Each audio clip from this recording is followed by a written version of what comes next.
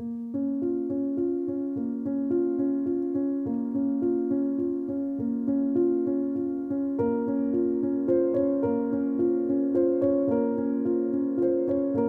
today what I'm going to do is to go through ways that in many ways you can be a first responder to help aging families who are taking care of the most vulnerable in the COVID population, to help the older person stay safe and for them as caregivers to stay safe. So let's launch into it. We have this push, and the push is really over the edge now, because normally families do not really, they don't want to deal with the aging families problem. Many of them do in the normal family. I'm going to talk about that, but they put it off. There's a lot of denial in our cohort generation. It'll change, I think. But for right now, there's no real manual for how to take care of an aging family member, even though we've been doing this for 30 years.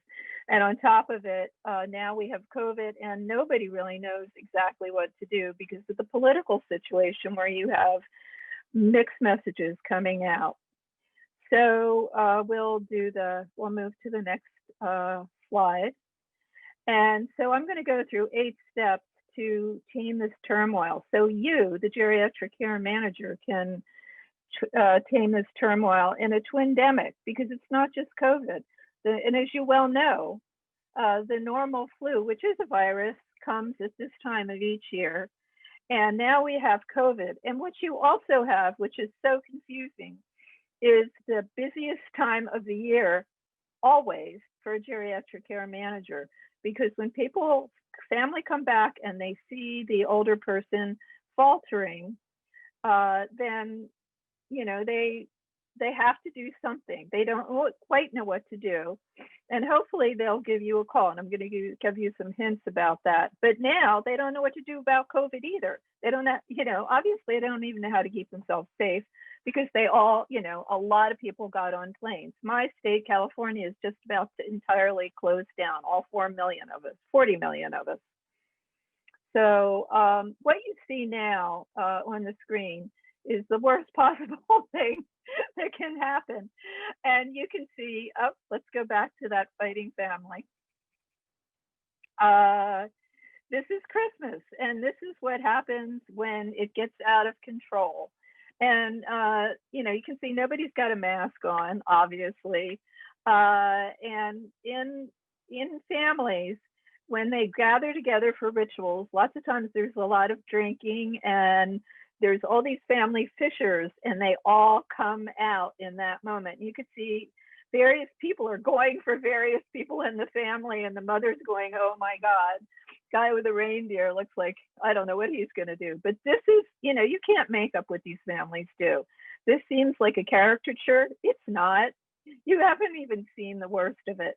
So this is the dysfunctional family. I'm going to talk about 3 families right now, but this is what happens in the holiday very, very frequently, and they need you to unsort it out. That's why you're a first responder. So let's move to the next slide. Okay, so I always give you an example of, somebody I've worked with, and I've been doing this for 40 years. This is Samantha Starting. I always make these words up. And she just opened her business, but she knew nothing about financial forecasting. Very, very bad, because she had no idea what would happen if she got a lot of cases. No plan for too few or too many cases. And what happens during the holidays is you, as a care manager, are going to get a lot of cases because of the picture you just saw. And she's a solo practitioner, so she had no job description for hiring another care manager if she needed it. And often you need another immediate, necessary emergency care manager to help you during the holidays. She only had 10 light cases, non-medical. Non-medical means like 3 hours a week or 3 hours every other day. She was only used to very easy cases. On top of it all, she had no partnership with a private duty home care agency, and she didn't employ her care providers. And the holidays poured in and the calls poured in, and COVID was there, and she was not prepared for any of this. The Twindemic, the holidays, the big cases, completely overwhelmed. So we can move to the next slide. And you can see I restarted her up, and I've done this for years. So I taught her the tools to approach the family in crisis during the holidays, and that's de rigueur. It happens every holiday. All these things happen, but COVID doesn't happen every holiday. I also taught her how to coach families in COVID, because now in my operations manual, I have a whole new product about COVID.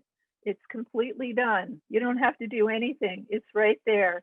It's exactly what to say. It, you know, it uses the CDC or Johns Hopkins best. You know, it's basically everything you need to know for, I'll explain it a little bit later, for 5 different situations. So I taught her that, how to coach families in, you know, the virtual holiday celebration. I mean, we're all just learning this now. Like, how do you have a virtual holiday? So I taught her how to do that with her aging parents, how to anticipate growth. And that's what she's not done. She's not anticipated, you know, the thing she very wants is growth, but doesn't have the infrastructure to do it, just like we don't have the infrastructure in the United States. Right now in California, we have the least number of hospitals for the 40 million of us. We're the 3rd lowest in the United States. We have no infrastructure to handle ICUs being overwhelmed. Well, this is the same situation here. I'm trying to give you key clues about how this is very much like the terrible situation we're in.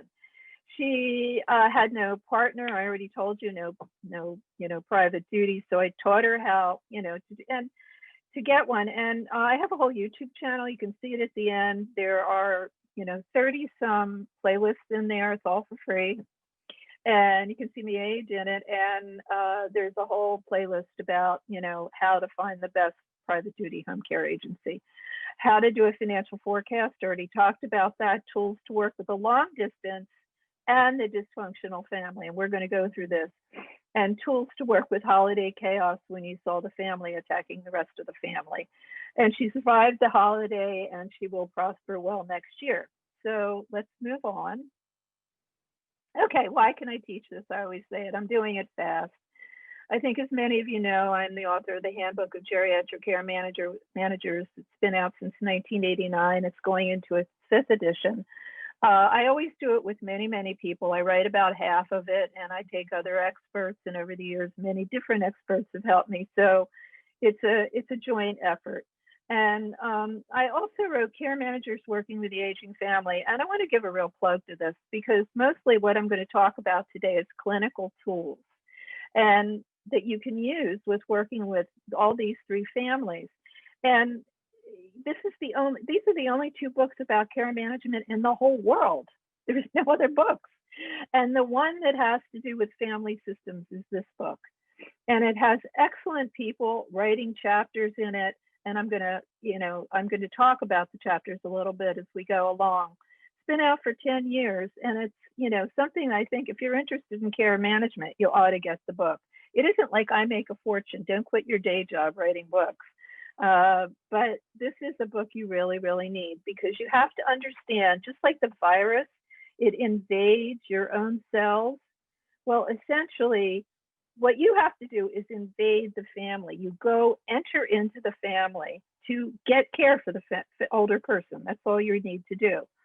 But you need to basically understand that family system in order to get care for the older person. And that's what family systems are about. And that's what that book is about. So I also wrote Mom Loves You Best, the worst offenders in the aging family, the siblings, they're terrible. And I have a manual out that's been out for 10 years, my Geriatric Care Management Operations Manual, that's soup to nuts with products and procedures, how to run a geriatric care management agency. So we'll move on. Okay, what we're going to start out with is, you know, how do you get clients to come to your service. Well, that's called an inquiry and an intake. How to sell services, and I'm going to go over actually all the stuff we're going to do now. Number one, we're going to talk about how to do an inquiry with desperate family members during this holiday and COVID surge. I'm also going to talk about how to give hope to these frantic children that will call you like this, who are struggling with their parent who is sheltering in place and is lonely and isolated, and everybody feels guilty. How do they help them? And we're going to talk about that because there's a great service in geriatric care management. It's been on the listserv really right now, talking about that. How to help an aging family make holiday visits remotely. We're going to do that. We'll move to the next one. How to counsel the aging family to track decline in Twindemic virtually, because they can't see them, unless they're in their little bubble in the same town. They can go over then because then they form a bubble. But a lot of people, right now they're saying nobody should travel. In California, they just told us nobody should travel. And I'm sure the rest of you shouldn't. So how do you find out how bad off your family is? Virtually. We're going to talk about that. How to work with a long distance family that works long distance. They have a lot of problems in general. Now they're going to have more. How to work with the dysfunctional family, the worst of all the families, but you can do this. And what tools to use to contain holiday chaos, and that's clinical tools. And that's what I was referring to about this book. And then how to use financial forecasting, maybe next year, but even now, to be able to be ready for surges. Like the hospitals are not ready for surges. You're not ready for surges either if you don't do certain things to prepare during the holidays. So let's move on. Okay, here's another frantic family. I'm going to do 3 of them. This is actually August in Osage County. I don't know whether, there was a great movie with Julia Roberts and Meryl Streep. I do have a picture in here of Julia, choking Meryl. This was the play, but I'm going to talk about the nearly normal family, the long distance family, and these crazy families. And they're celebrating a ritual. Holidays are, the holiday right now is a ritual. Hanukkah is about lighting the Hanukkah bush and the candle. Light is coming back. It's a ritual to bring light back. That's what we're celebrating. And they're mourning a death. It's a ritual. Rituals bring out the worst in everybody. I just have to say that. It's a great time, but it can be bad for a family that has all sorts of fissures in it. And we'll move on to the nearly normal family. Okay, the nearly normal family. These are people that are, really well prepared. How do you sell services to them? And even they become dysfunctional when they realize they need care. The older family member needs care. They're, but they've really prepared. They're ahead of the ball.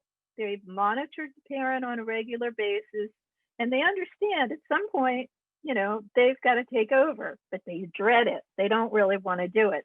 So when the family gathers on the holidays and they see that, mom doesn't have the tree up, or she's, disheveled, or, the turkey's all burnt, or the brisket's burnt, they realize, oh my God, now we have to do something. That's what I mean. They temporarily become dysfunctional, and they decide they've got to call. They've probably checked out your website. You don't even realize that because these families are on top of it. But acting is really hard. They'll call you a care manager. So I have a great website. And in my YouTube channel, you can, it's free. You can go on. I have a whole playlist about the nearly normal family, and you can look at that as well. So we'll move to the next one. So they've already called you, and you're going to do an inquiry. And this is, I believe in doing inquiries in 2 ways, two calls actually. And the adult child usually calls, and they want, and remember, everybody that's calling you really needs to be in the upper 10%. That's reprehensible to most of us, but that's who we have to serve, because Medicare is not Medicare for all right now. Medicare doesn't pay for home care. And when it gets to the point where they need care, most people are going to need home care, and home care is $6,000 to $4,000 to $6,000 a month or more. Only the top 10% can afford that. Why am I talking about this? Because the top 10% wants only the best, the very best. They want a high-touched, experienced staff member, and so do you at this point. So you need someone that is working in your office, and most of us work at home. An administrative assistant that works virtually. I just hired one. They're great. Who you can train to take this first call. And what they're doing, because you say, oh my God, there's only me. How am I going to do 2 calls? This is the way. They're going to do a needs assessment. And most of you know, being nurses and social workers, how to do a needs assessment. And you find problems because you want to find out, how you, can sell them your agency, services by showing them that you can solve these problems. So they ask technical questions in this first part. What's the main problem, that they want you to solve from the call? What are the challenges? And there's 2 challenges faced by the parent. They, because they're the caregiver. What's the matter with the older person? But what's the matter with the care provider as well? Care providers go down faster than the person they're caring for. What's the pain point of the client? What's the pain point of the care provider? You want to know both. So you're going to ask that. And the most important problem that's solved. Now, often, you'd think, well, that would be like the main problem. In some families, it's, I don't want any more calls at night. It's very personal. They're going crazy, especially now with COVID. So what's the first thing you want solved? And then, the sort of like the cutting edge here is for that, very important, very high touched, experienced person to tell them your fees. And that will kind of red out the people that can afford you and can't afford you. And if they go ahead and they say, they don't say anything about the fees, fine, they say, then you want to offer a complimentary consultation that's free for 30 minutes. A lot of care managers do this. It's a great thing. Have it on your website and make an appointment for the second call within 24 hours, actually a little bit, shorter if you can. And we'll move to the next slide. You can tell, I just need to tell you, I haven't cut my hair in a year because, again, the care, they all close all the time. They just closed again today. I will be, at any rate, I have COVID hair. So the next call is made by the big cheese, the caregiver director, you. And what you have done within the time that the first call occurred and the second time is you've made a mini care plan. And you've used all the things that you learned from the first call. What's the main problem they want solved? What's the challenge to the care provider?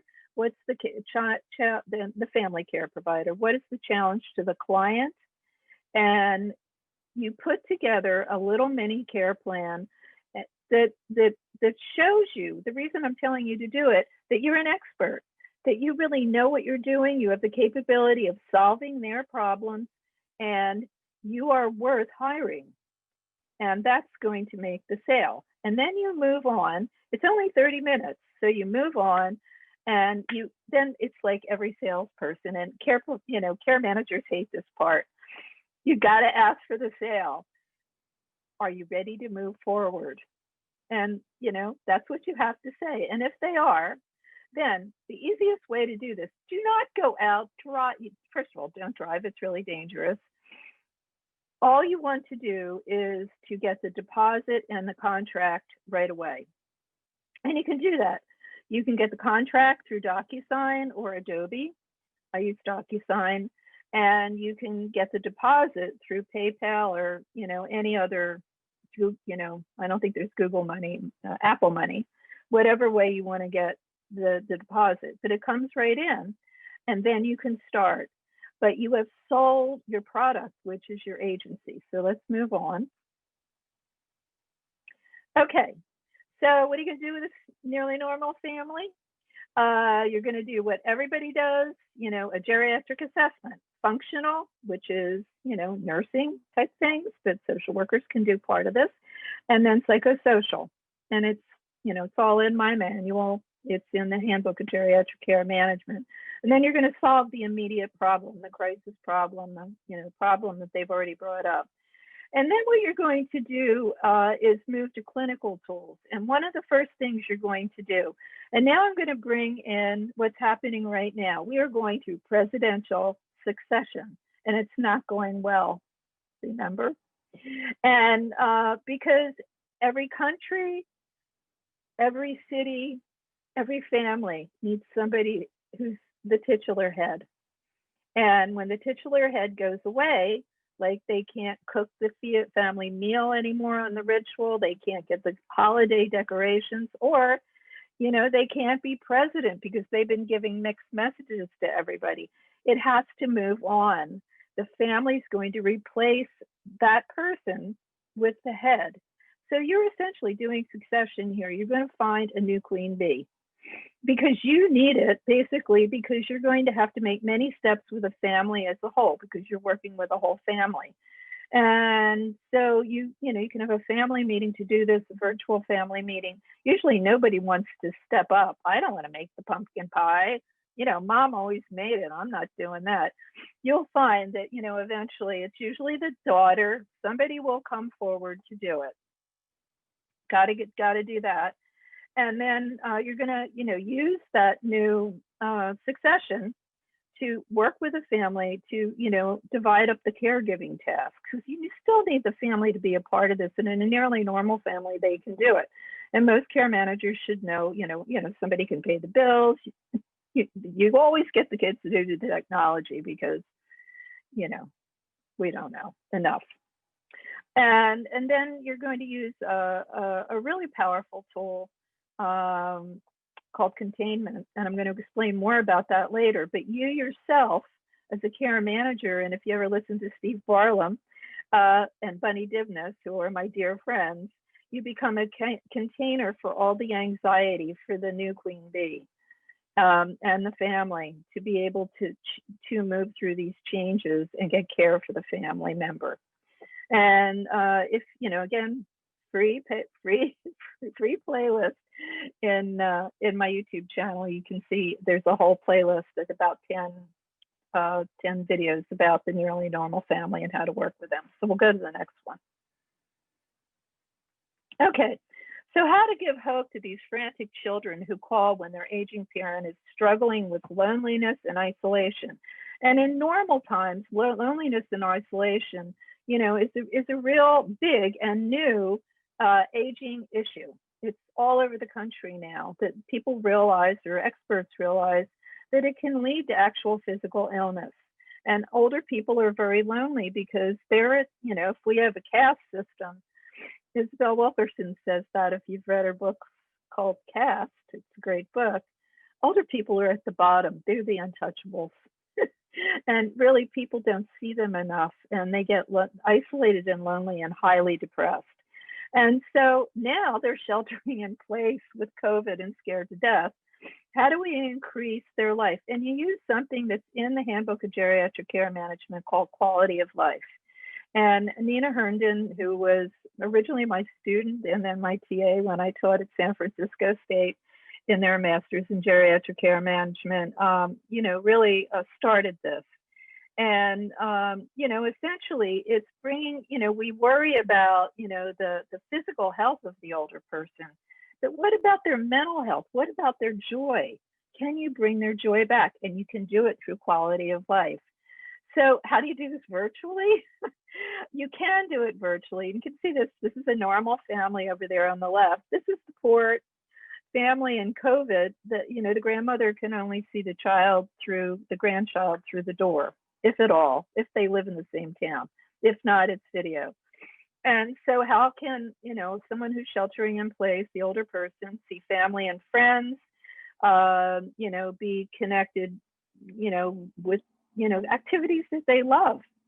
And you can do that. It sounds like, oh, how do you do that? You can do it through a quality of life program. And we're going to talk about that. So we'll move to the next one. Okay, so these are the 4 parts of quality of life. And, one is intellectual, like, I guess I'm intellectual. I don't know. I like to read books, I like plays. I love Dickens, things like that. Somebody would have done a quality of life assessment. That's how you do this. There's a quality of life assessment. Where's your joy? And find activities that would fit under intellectual. Emotional, we all have. We all want, that's that drive to get on the plane, to get COVID and go see somebody at Thanksgiving. We need to be with our family. Family connectiveness is so important to all of us, but connected friends, our groups, etc. Or physical, emotional quality of life, exercise. How do you do exercise when you're sheltering in place? Well, you can. Or spiritual. Right now, it's the biggest time for all sorts of, every religion has some sort of, celebration. And it can't, in most cases, they can't go to the church or the synagogue or the temple, but they can indeed stream it. And so you can find that. I'm working right now with an agency called Lifespan Care, and we're going to go in and show you their program. Their program is live. We've been doing it for about 2 years. I designed it, and it is now going national. And so James is going to go into the well-being program. It's called Well-Being. And the well-being, you can see these are the 4 parts of it, and we can move up this a little bit. It's a really innovative service. You can go to their website. So I'm just going to scoot through this. We can move up, James. The benefits, these are all the benefits, in their own residence, they could have joy again. You can, have someone, an aide, if you can, a safe COVID, aid, take them out. You can't go more than 10 miles, but, out on a drive, enhanced feeling of independence because they feel like they're engaged again. And everything is documented. The family's still in charge. It's usually only like maybe an hour, 2 hours a week. But I mean, you can make it a little bit more, but it's a wonderful service to bring to sheltering in place instead of sitting in front of MSNBC, where my husband is usually, or Fox News, a family member that I know that lives down in San Luis does. You got to do something else. So you can contact Lifespan if you're interested in this. If you're not ready to do a program like that, they are offering it now throughout the country, and you can get in touch with them. So we'll move back to the slideshow, and we can go on. Okay, so the next problem, we're on number 3. How do you help the family make holiday visits safely without getting COVID themselves? Then these are for the people that just have to travel. Now, everyone is telling us, Dr. Fauci, do not do this. But we can see, by the crowded, airports, people are going to do it anyway. So you can give the family information about how if they're going to do it, you can't stop them, how to most safely travel. Or once you tell them all this, they might not do it. So NPR has this great thing called an NPR coronavirus tracker. You can just Google it, and it tells you the coronavirus rate in every single area of the United States.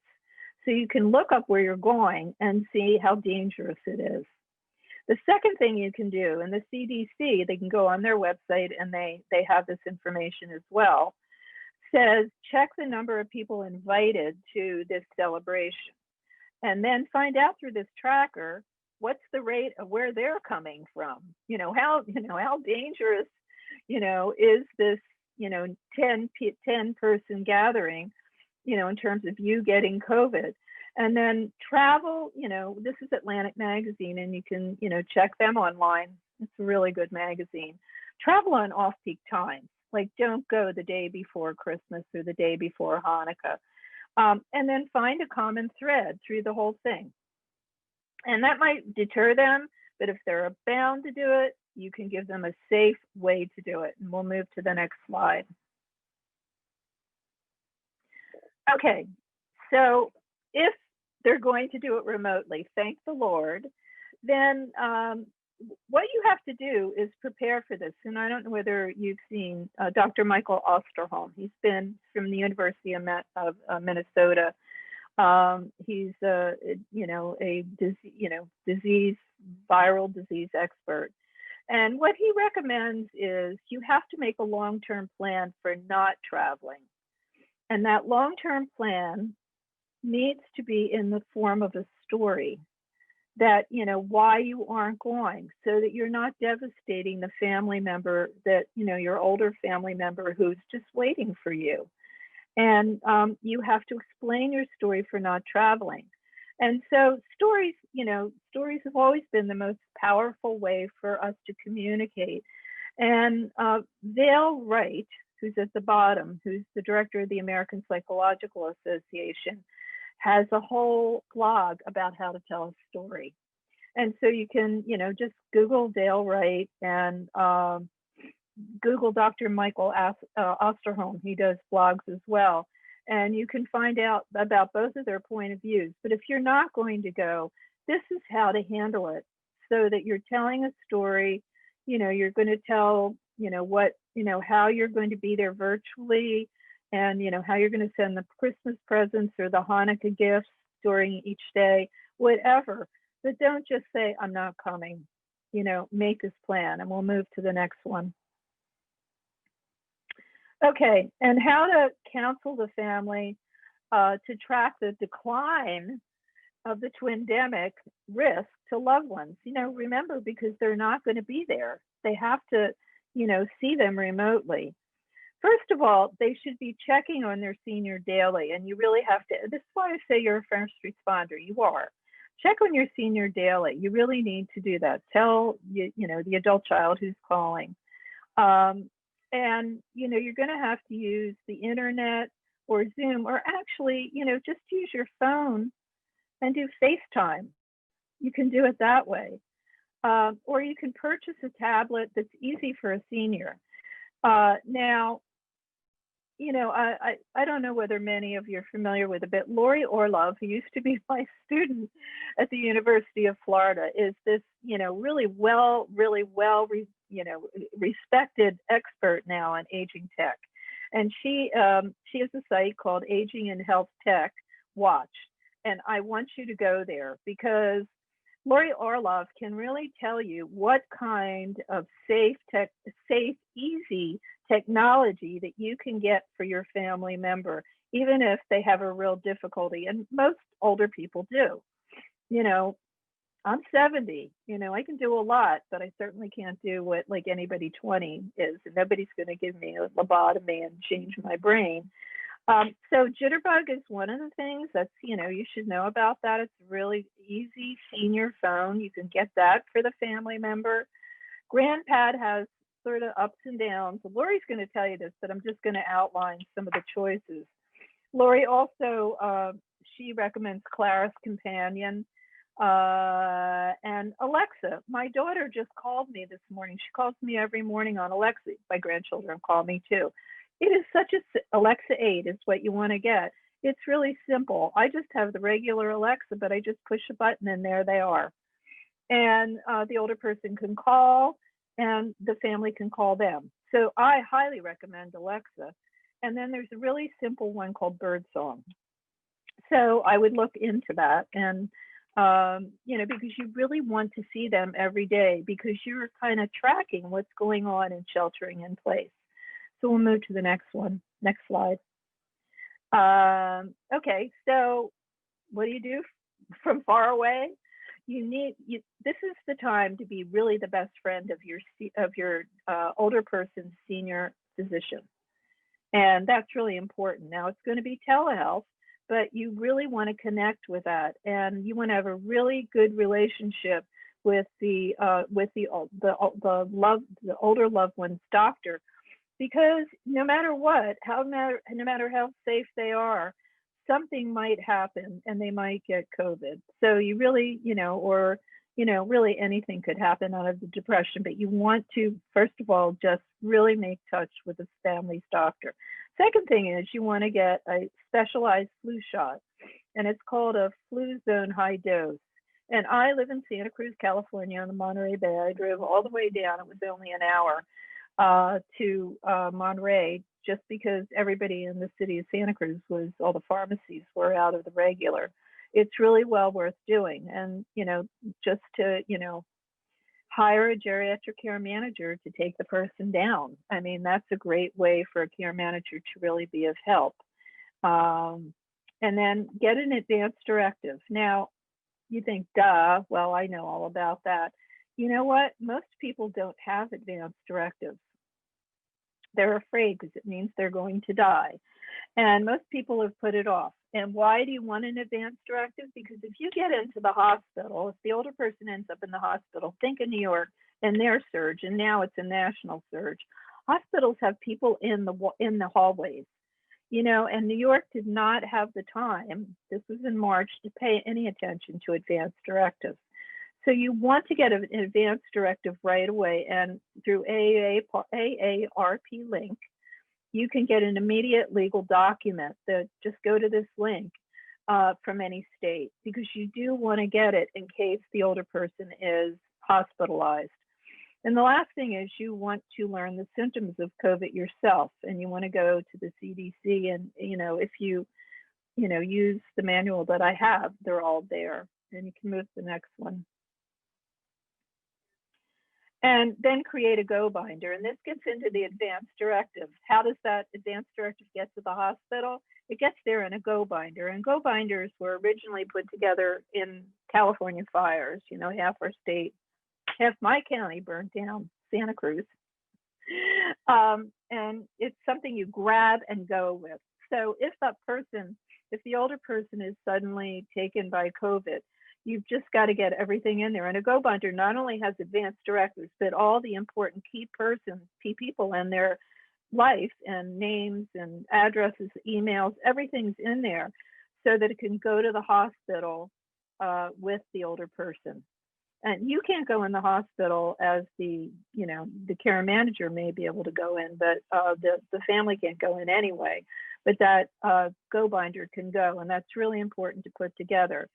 And then you want to, again, keep the person socially connected, because it's really, really important for depression and loneliness. And again, I went through Lifespan's well-being program already, and that's their link if you want to get to that, if you're not ready to do a well-being or quality of life program. And if you are going to try to do it, there's most libraries have book clubs now, and they're virtual. If you can get a tablet for someone, if they have a tablet, there's museum tours up the yin yang all over the country. They can watch baseball games. They can watch them on television too. Or just go back to writing letters. That's what older people need to do. I write letters all the time. I'm an old person. And, you even have something like senior centers on walls where, this uses a telephone. The older person just, is called, and an author reads a book to them. Okay, we'll move to the next slide.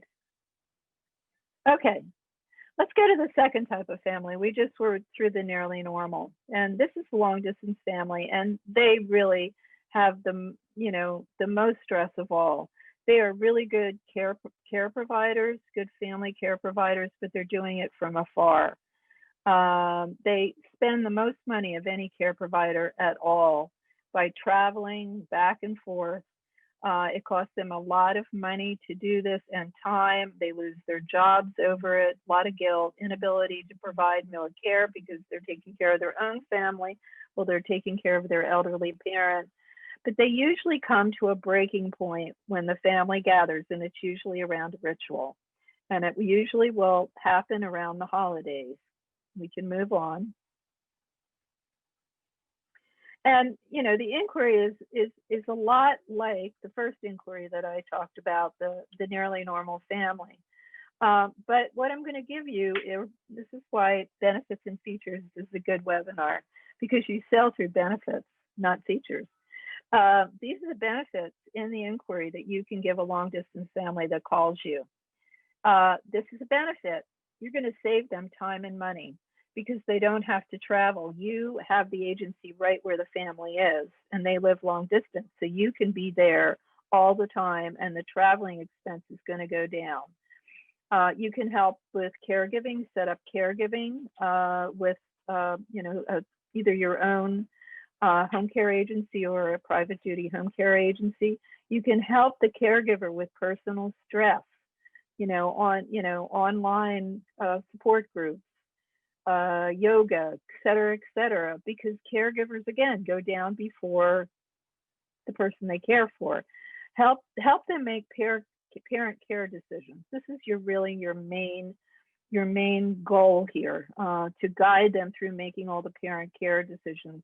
What do they do when they realize their parent needs care in the here and now, and help long-term care planning, especially now with COVID. And you need to, again, be that first responder with COVID.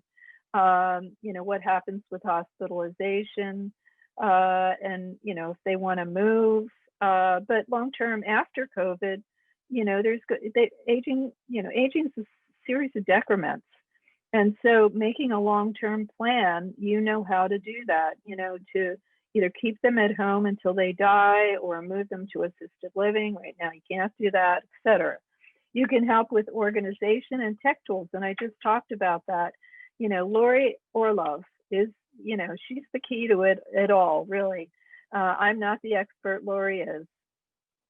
And, she can help them manage remotely and, through telehealth. And so you can, right now my husband just opened this door. I'm going to close it. Sorry, our studios are our homes. This is my office. You can help them with tech tools. One of the things the long distance family can do now, there's technology where they can actually push a button in a product and distribute the meds long distance. Technology is changing in nanoseconds. So, you can look that up in Lori's site. But, having, all sorts of, technology in the home to really help, help them be a long distance care provider. And then assisting with family issues, because dividing care is really important. Having a family meeting, you need, I'll go through that in a little bit, but, having a family meeting to divide tasks, because every family member might want to opt in, lots may not, but, who really wants to help to share the care. Sharing the care is really important. And then when this is you're doing your inquiry, after that, you can offer your 30-minute complimentary consultation. And that's a really easy way to begin that. You can go to the second slide here with them. And after you have the contract and deposit, and you've done your mini care plan, you then move on to do a geriatric assessment, same as the other create a care plan, same as the early normal family, and then you triage. And triage just means that you go to the worst problem. It's just like an auto accident. My husband used to be a highway patrolman. He saw a lot of awful things, and you treated the worst injuries first, and that's what you do with the family. So solve that immediate presenting problem, assess strengths and weaknesses in the family, really look at sibling squabbles and midlife. And what I would suggest there, and I do often, is to use a genogram. Genograms tell you a lot of things, but if you do a social genogram, it tells you who's against who, what two siblings are against one sibling. It's the lay of what you've got to do. It's not make this family any different. You're not going to change them. It's what you have to do, who you have to align in the family to get care. That's your job, to get care for the older person. And what do you have to massage in that family to be able to get care? And then, set up a long distance family meeting. You really need to do that, to get everyone together on the same page about, what care plan you want to put together, and know the weaknesses in the family before, so you can sell it to everybody, and then move them on to January in a more stable way. And we'll move to the next one. And then how to move the long distance family to stability, weekly monitoring. The first month is always weekly, is daily, is every week monitoring. You should, by your second month, get everything in a more stable way, but you're still going to be monitoring. And by the third month, you really should be able to go a little bit less because you solved most of the problems, remembering that there's always going to be a new crisis because they're aging people.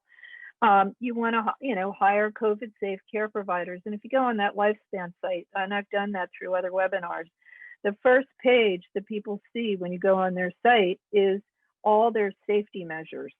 How the care providers are safe, how the care managers are safe, how they belong to the local in Santa Cruz, the health department. So they're working with the experts, et cetera, et cetera. So you want to set all that up and do a remote tech assessment. And you really need to, that's where you really need to learn to work with telehealth unless you feel safe enough to go out to a home and they feel safe enough to have you there. That's why really our services are going down. And then, do another tech assessment for installation of e-health and all of that stuff. So we'll move to the next one. And the third type of family is the worst. This is the long distance, is the dysfunctional family. And these are and here's Julia and Merle. I told you they'd come. And they're in August and Osage County in, the movie. And Julia's there trying to strangle Merle because Merle's addicted to pills and she's been hospitalized many times. Julia's had to take care of her and she's sick of her.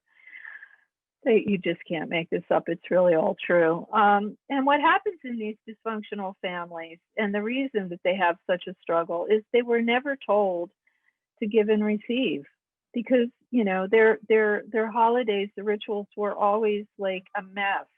I had a friend, and I always tell this story. Her name's Jinx. She grew up below me in an apartment, and there were 3 girls, and I was above. And I met her in New Orleans when I was speaking in New Orleans at a geriatric care management conference, and we were reminiscing. And she said to me, and I never forgot this. She said, "He ruined every Christmas," and that was about her dad, and he did. And so they've had ruined Christmases or Hanukkahs or every single ritual's been ruined for these people. So they don't know what the happiness is. They never experienced a normal ritual, and they're now asked to care for a parent who did not care for them. So they have no model for caring. So we'll move to the next slide. So the inquiry, it can be with third parties, elder law attorneys who hate dysfunctional families. They like the money they get from them, but they don't know how. They're not social workers or nurses. They will refer them to you if they know you're really good, or the adult children might call. And you have to emphasize again, you offer the best care, the gold standard care. And you want to say this again and again and have it, really have it. And then you offer this complimentary consultation. You go through all the steps that I talked about earlier. You solve the immediate problems that I talked about earlier. But you really, with these families, you have to deal with tons of denial because they don't want to take care of the elderly person. They don't know how to do that. And they're really mad at them.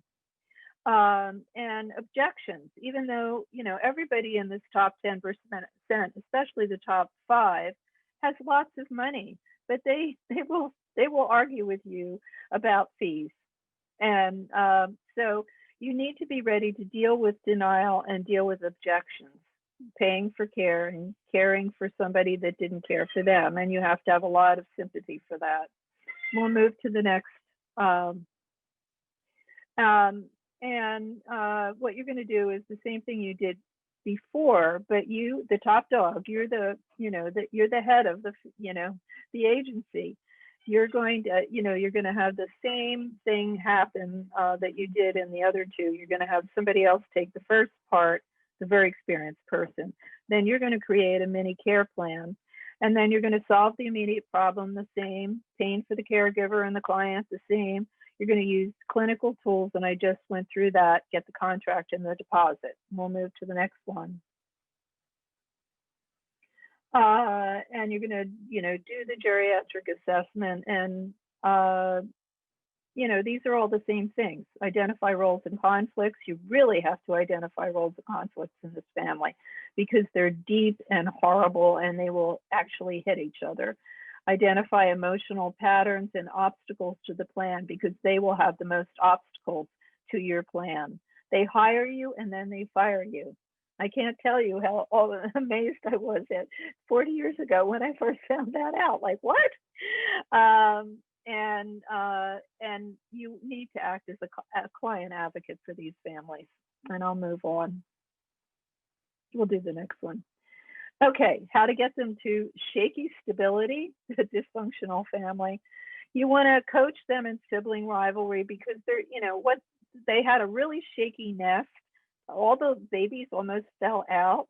And so who do they go after, when the parent needs care? Each other, the siblings. And what they do is they try to take their inheritance. So there's a lot of physical abuse that goes on here, and favoritism. It's usually the youngest child. You always use the youngest child to try to get what you want because mom always gives, not always, but a lot of times they'll listen to their baby. You want to intervene if there's elder physical abuse or physical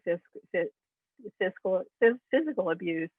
And what you want to know is everything you need to know about APS. You should in your area. But beyond that, you really, in Santa Clara, where I worked in Silicon Valley, I had an agency there and over in Pebble Beach, they had what you call a FAST team, and their FAST teams are throughout the United States. And a FAST team is a combination of APS, the public guardian's officer, in the East, conservators and guardians, public guardian's office, the elder law attorney that represents the county, and there's always going to be one. And they all work together to take these cases, these really dire cases. In Silicon Valley, we had zillions of them. I won't go into why, but it's because there's a lot of money.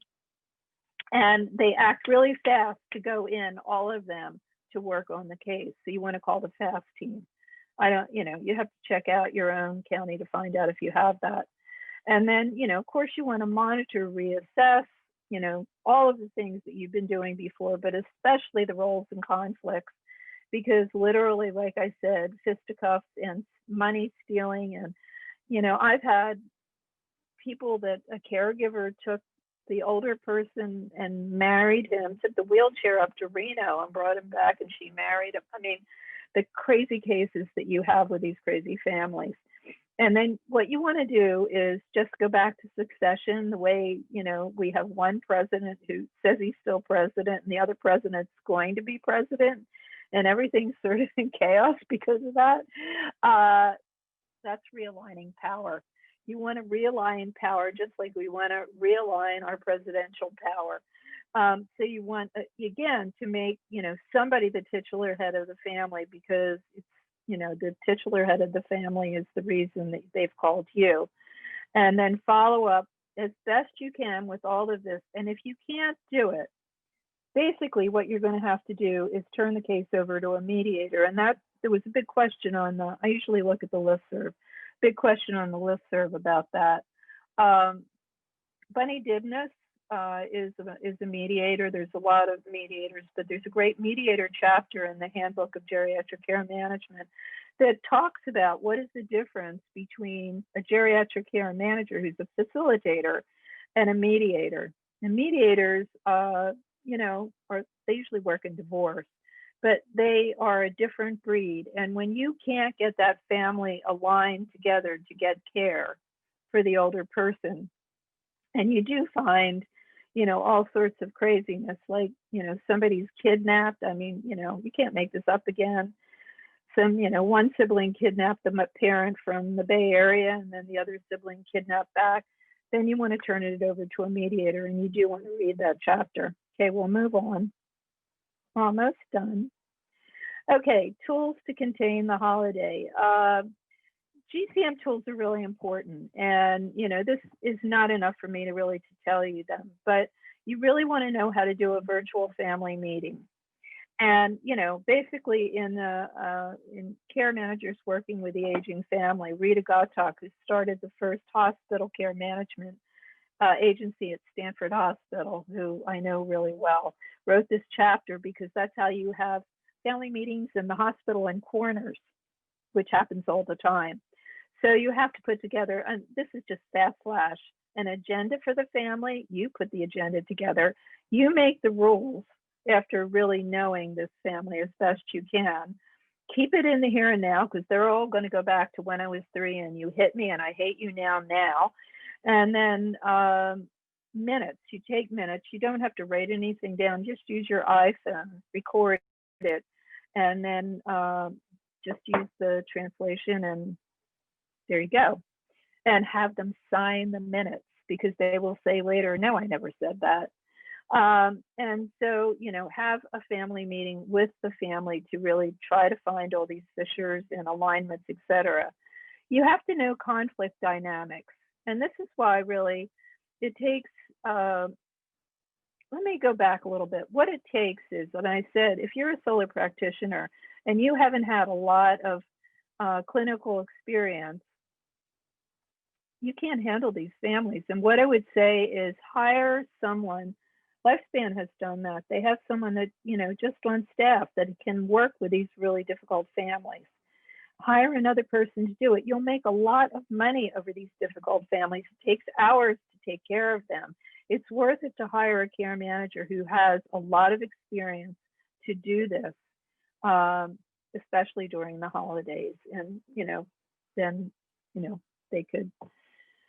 you could keep them on or whatever you want to do, but you'll make a lot of money. You can move back to the next slide. Okay, so you need to know, back to the one before that, please, sorry. You need to know these conflict dynamics because you have to coach the siblings and the older family member in crisis. And coaching, is you have to be skilled to do it. You have to be, give them realistic expectations of the parent. Lots of times in a dysfunctional family, because the parent has been such a terrible parent, they'll say, oh, she's faking it. She's falling down because she always used to do that to get us to do everything for her. That's just an example. They have to see, the objectivity that you give them about the realistic, situation that the older person is in. They have to learn to say thank you. The family needs, they've never even had to do that, or they weren't taught. And so to work with their siblings who are doing other things, they have to say thank you to the siblings to start working together. And you've got to teach them that, to respect the differences in opinion. You're not going to change the family, long term. They'll probably come back to where they are, but you want to change them just enough to get care. That's why you have invaded, like the cell, like COVID invades the cell. And then to learn to compromise, because they'll probably have to compromise for you to get care. We'll move on. And then clinical consensus building. This is really, really important. Bunny Didness and Steve Barlam, who are not with WIFM anymore, that were with WIFM forever, really put this together. They wrote a great chapter in Care Managers Working for Aging Family called The Tools for Working with the Aging Family. And consensus building, what it is basically is every, especially these dysfunctional families, and even the nearly normal families, they're stuck. They don't know what to do, because usually the care provider doesn't know how to, talk the care, the care receiver into getting care, or they're afraid of what their sister's going to say. And so what you can do as a geriatric care manager is to come in and be a container. That's what they call it, a container of, their anxiety. So they have a partner to go through this where they're stuck, and they can get through if they know that you're going to partner with them to really share the anxiety and give them tips on how to get through there. And you have to identify who has power to make decisions and who has the power to derail decisions. And again, what's your goal? You're going to get care for the older person. You need to know how to do this. And there's a toolbox of 12 consensus building steps in this chapter that Bunny and Steve Barlam wrote in the handbook in the Care Managers Working with the Aging Family that I would really get a hold of and use, because with difficult families, it's the perfect way to work with them. And we'll move on to the next slide. And boundaries. This is the last clinical thing I'm going to tell you, but you've got to set boundaries with these families. And you've got to set them in your contract, because especially dysfunctional families will call you at all hours of the day and night and on the weekends. So in your contract, you have to charge, as far as I'm concerned, up your fees during the weekend and at night. So it really deters them. Or say you won't take the call, but put it in the contract so they know. You just have to tell them, especially during the holidays, they can't give gifts to the care providers. In Pebble Beach, you can't imagine what the people in Pebble Beach were trying to give the care providers. Jesus. Because they've been buying people off with money for a real long time. You have to set the boundaries at family meetings. I already talked about that. And you can't have the VIP syndrome. And, Michael Jackson is the easiest way for me. You all remember him. His doctor had the VIP syndrome, because Michael Jackson had a lot of money. He killed him, really. I mean, he, used procedure that Michael Jackson died with. So you can't be so, and you are going to get famous people. All of us that have done this for a long time have had famous or, very well-known people. We were care managers to the stars. And you can't, have the glow of, oh my God, I'm dealing with, I don't know who, and, do what they want. You have to be a professional geriatric care manager. And we'll move to the next one. Okay, financial forecasting last. I'm just going to go over this for you, but it's really important. It's in the Handbook of Geriatric Care Management. It's in Chapter 18, How to Start a Geriatric Care Management Agency. It's an Excel spreadsheet and then a whole chapter on how to do this. But you have to plan for the future. You have to know, you have to anticipate growth before it happens. You have to know when you're going to break even and when you can hire a new care manager to make more money, because essentially a new care manager will make you more money. You have to anticipate your caseload mix. And it's the same thing I said in the beginning. If you get 5 really heavy duty cases and you're only, really able to handle the light ones, you've got to hire another care manager that has those credentials. And more important, you've got to have a job description ahead of the time. You need to really plan these things out. And that's one thing I have in my manual, job descriptions for everybody, and you have to do that. And you have to track your income. Even if you don't like dealing with money, get an accountant that can do it. And what I suggest with heavy cases, and you can get a lot of heavy cases during the holidays, is only a limit of 5 heavy cases to 1 care manager, because it takes hours and hours and hours, billable hours, to try to deal with these families because they are so difficult. So you make a lot of money, but you want to give the gold standard care to them. So if they have 10 of them, they're not going to be able to do that, and you'll lose them. And a caseload mix of 10, you can have maybe 5 cases and then 5 lightweight cases, so you've got to really strategize about a caseload. Okay, we'll move on. We're almost done. Okay, now I always do offers, and I'm going to fly through this now for attendees, and we'll move to the first one. And the first slide, we're going to get there, is my Geriatric Care Management Operations Manual. And I talked about this earlier. You are really a first responder, and we just added, there's 14 products in the manual. We just added the 15th, and it's a COVID telehealth coaching service that you will need for the next maybe 6 months, because COVID is, already 40% of the population says they won't get the shot. And if they don't, that's not going to really work. But hope for the best. But still, during the holidays, you need a COVID coaching service, and I put it together. And if you want to go on my YouTube channel, the webinar that I did on COVID coaching is there, and you can watch it. But these are the services that we have under that, and they're the families I just went through. But the problems, that I already, what is sheltering in place? What do you tell them? specifically, and it's all based on CDC or Johns Hopkins, only the reputable sites, and what happens if their family member goes in the hospital. You know, you have to be able to predict and comes out alive. You know, what happens there, it's all covered in there. What happens if the family member refuses or there's no hospital to go in because the beds are all full? How do you treat someone at home? It's all there. So we'll move to the next one. So that's in the manual already. The benefits of the manual, again, this is how you sell, so I'm going to do it for you. You don't have to make up all these procedures yourself. I've already done it. You can start a new aging life management agency with pre-made care manager products. And what I've said all over and over is geriatric care management is not Kleenex. Nobody really still after 30 years understands it. So don't say that's your product. That's your job, but at the same time, you want to have products that the families really need. That's where their pain point is, like move management, like death and dying, like, you know, what do I do about COVID, like quality of life. It's all in there, and the procedures step by step are all in there, and you don't have to create it. You can effortlessly onboard new employees because it's a training manual. It tells you step by step what every person in your agency needs to do to onboard a case and set it up and monitor. And it's gold standard services all the way. We'll move on to the next one. And it's easy to open a second agency if you have the manual because you have a blueprint. It's a turnkey operation by them because you've gotten all the kinks out of it.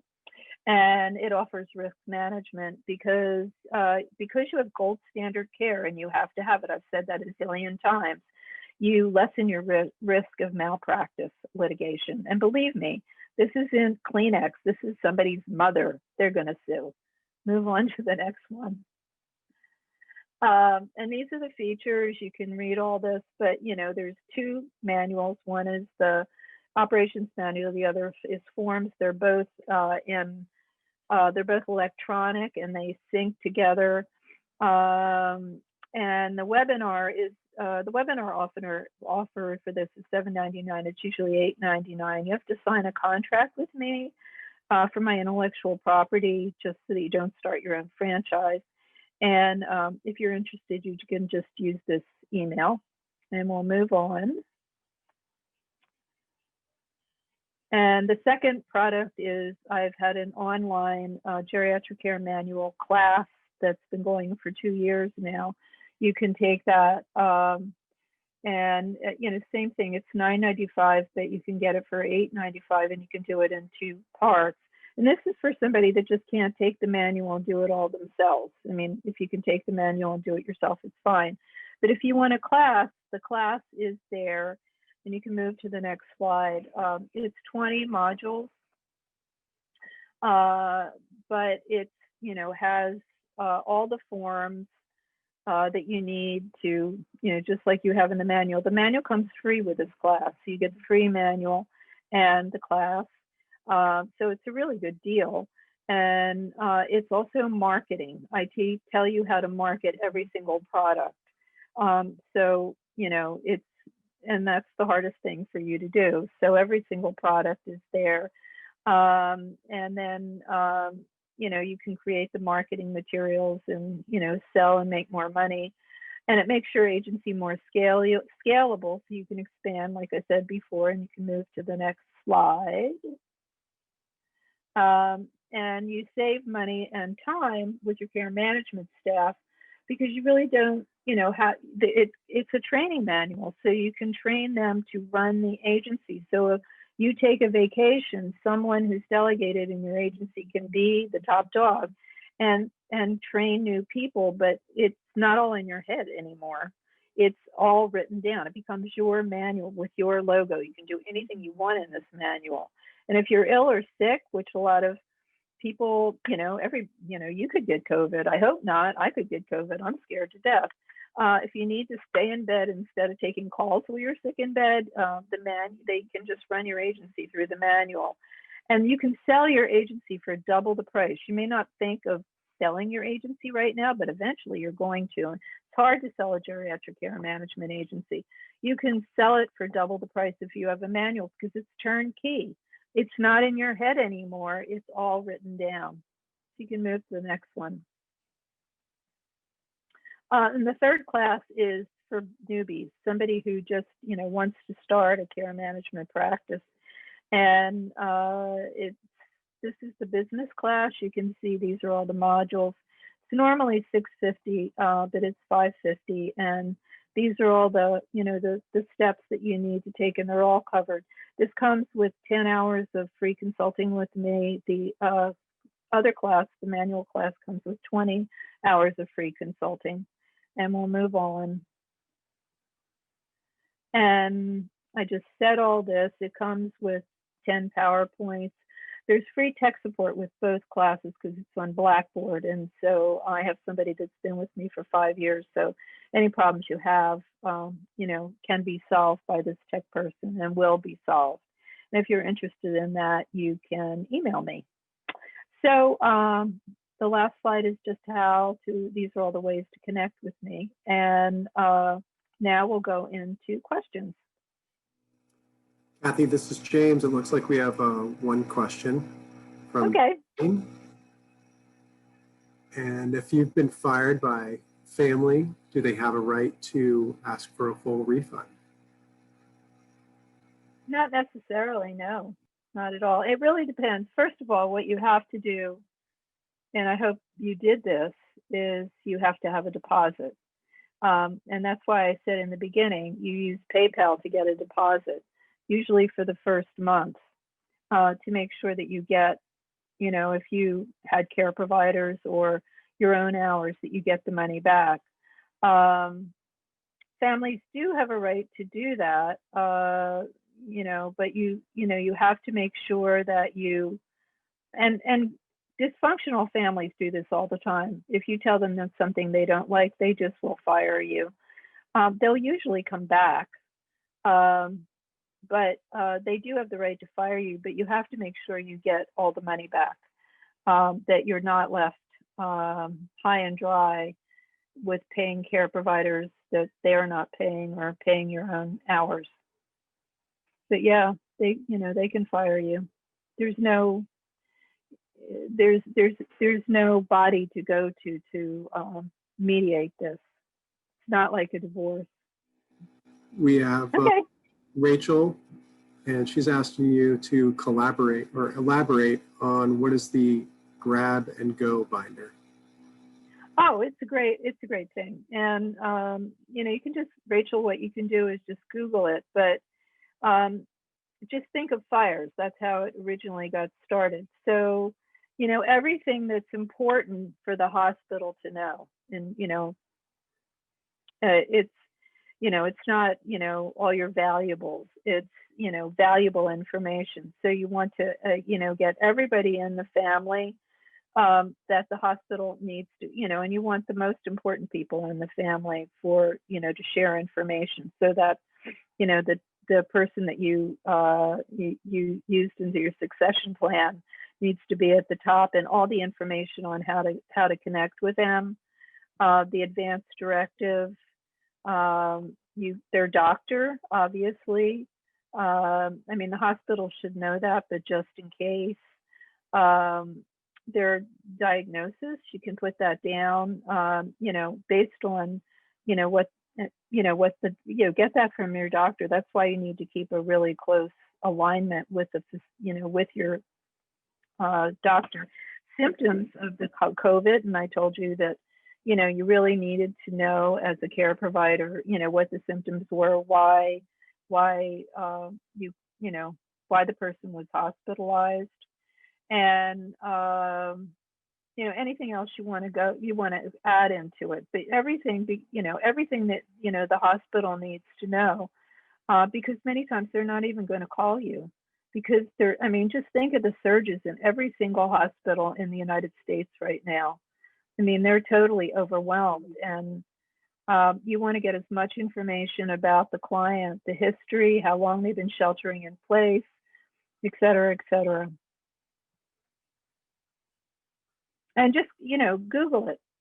It's also in, in the manual in under the COVID situation, because you do, that's what you want in COVID. You want a grab and go binder. Let's see, Cathy, we have a follow-up question from Darlene about the family having the right to asking for a full refund. And follow-up question is, what should your response be if they request a refund? First of all, they have to show you why, and you have to have a really good attorney. I mean, you need a good attorney no matter what as a care manager. You need a great accountant and a great attorney. And you need to consult your attorney, but there's no reason why anybody would give you a refund. I mean, they can fire you, but they can't, demand a full refund. And I would consult with my attorney about that. And, what malfeasance did they think that your staff did? What are they firing you about? And they're usually really flimsy ideas, especially with a dysfunctional family.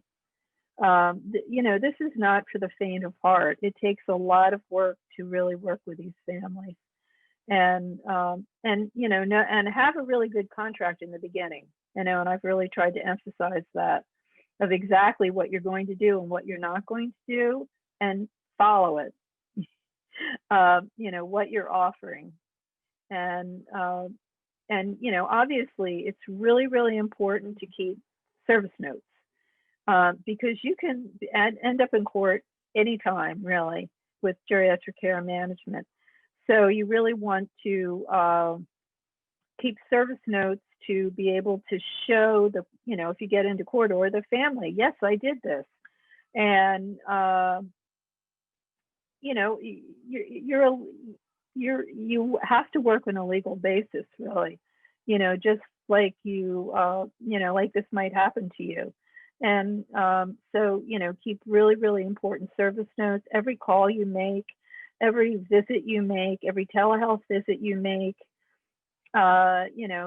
use soap, or I used to, in my classes at Berkeley and San Francisco State, I'd always have an elder law attorney come in and teach how to do service notes, so that they would be accessible in court. And so the elder law attorney, could go over the bad guy, after the bad guy, through my evidence, not my evidence, but the geriatric care management manager's evidence. So you really want to think in legal terms about how you deliver services and how you prove your services, and then just pull that out. And usually you'll win, because if you are a gold standard agency, you're following gold standard procedures, and you've documented and documented and documented, always document, you have the documentation to prove that you didn't do it. So that's the answer. All of the above. All righty. Yay, Keith, you got it. Thank you. I had no idea what you were talking about there. I don't know what happened, but I was unable to speak. Sorry about that. And probably a good thing for everybody listening. Okay, Stephanie. Yeah, there was a question. I'm sorry. I guess James, thank you. I guess you and I'll just sit back and listen, man. Whatever you want me to do. Okay, chime in if you want. You can just you can tell me Stephanie's questions. Keith and I can both answer. Sure. So Stephanie is asking along the same lines, if someone refuses to pay, how do you decide how hard to pursue for these collections versus risking a bad review? Well, first of all, follow what I just said. Be proactive about this. And in the Handbook of Geriatric Care Management, I go through service notes. I go through documentation over and over and over again. And I do it in the manual as well. I show you what is a bad document and a good document. But to answer your question, the way that this goes is you can only go to small claims court. And I have done that with my agency and won, and it was all through documentation. So, that is the first step. I mean, the first step is having a good attorney, et cetera, et cetera. But the next step is to go to small claims court and demand the money. But the back channel, step is to have a deposit and don't give it back to them of, all of everything that you build for the first month, because the first month is going to be the most expensive because they have all these problems, and you want a deposit that's equal to that first month, and you want to keep it in the bank. It has to accrue interest, and then interest goes back to them eventually. But if they're not paying you, you have the deposit. So it's difficult. I mean, you'll probably win in court, but you'd have to go to small claims court. And the better thing to do is just, go through the documentation and they can back off. And I would add to that is make sure you have a Question. solid contract. From Rachel here, you got What do you have? Under the scrutiny. He can, we can barely Rachel. hear you. Can you? Rachel has more questions? Okay. Yeah, we've got one from Rachel. How do you determine the deposit charge? I think that's on a previous. Well, there's two ways. One is if you have care providers, which, that's expensive. You have to, your care provider charge for the first month. And, that can get up to $4,000 to $6,000 a month. Really? That's why, Medicare, I'm not political here, but Medicare for All would really help here, because Medicare right now doesn't pay for home care. However, whatever your care, if you're a care managed home care agency, whatever your care providers are being paid. And then your care management hours, what care management hours you put in that. In fact, in the manual, what I have is a budget that you always give the family in the beginning. And it's a way to guesstimate, the charges in the first month. And it's every single thing that you would normally charge for. And then the exact amount that it's going to cost in the first month, and it's less in the second. So that first expensive month, you have to keep in a bank account that's sequestered away. You can't touch it. It accrues interest for the client. But if indeed they're not going to pay you, you have that to go back on. Then they'd have to go to small claims court. And if you have the documentation, you're going to be okay. But document. Yeah. Yep, absolutely. And I also don't know what happened there a minute ago, but I also like to add a solid contract. I don't know if you heard that when I said it the first time. Having a contract that will withstand going to court and will uphold, Right. your end of the deal. And second to that, I would say, you should have a feel for the client. So you're asking for an upfront amount, a retainer, and so when you get to that point, you should have a good feel for what your client is going to need, especially like Cathy said, for that first month. So set your goal or your money amount based on that estimation of what your client's going to need, based on the information you already have and know about that person. And if you're unsure, Right. make sure you get sure so you can base that first month's retainer fee on what you think the acuity level is going to be for your client. And then you could also bill weekly or twice every 2 weeks rather than wait Right. for the whole month to sort of generate a turnover more quickly than you would if you had to wait a whole month, and then potentially shorten the damage that may be done having maybe not go to court, and you can settle without having to go through that whole process of court, because you're not Right. talking a whole bunch of money maybe at that point. Maybe you can come to some kind of terms, whatever payment options you can work out at that point, or just simply stop servicing until you get the money that is coming to you at that point, so you're not Right. fully into your client. Right. And that's again why I say you have to have a really good attorney. It's not just for this, it's for many, many things. But, you want your contract to be run by an attorney or certainly created by the attorney. In the manual, I have sample contracts, but you have to take them to an attorney.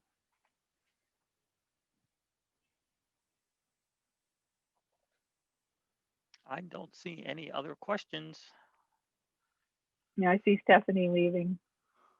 Yeah, it's about 6:30 here Eastern time. Yeah, we've sort of, come to the end of this, and thank you so much for coming. Please remember that you are a first responder. You may not want to be, you didn't envision yourself in this, but, it's really, really important to reach out and help these families during COVID and the holidays. And you are going to get busy.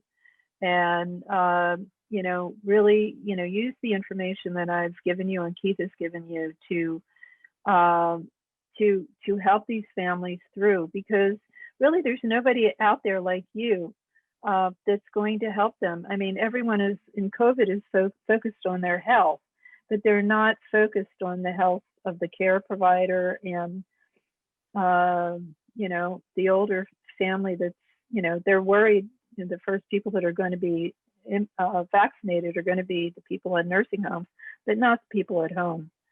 And you are dealing with home care because you can't see anybody in the facility anymore. So, really answer the call to these families and learn the clinical skills. And if you already have them, go over them again. And thank you very much for attending. I would agree. I would agree with Cathy. Now's the time to step up and show who we are and what we're about, right? This is the time. Right. This is our time now to show what we're made out of and why we should be recognized for the jobs and work that we do. Exactly. And you're the only one that can do it.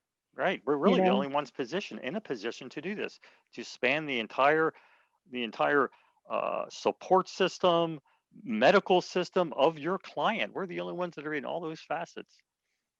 Right. And, that's, again, Rachel, you may have gone, but that's what you also can put in your Go binder. Thanks a lot. And thank you, everyone. Stay safe. Yes, stay safe. Please wear a mask, et cetera, et cetera, et cetera. And you will get a copy of this sent out, I think, by tomorrow. And thank you, and have a really safe holiday. Take care. Thanks. Take care, too. Bye-bye.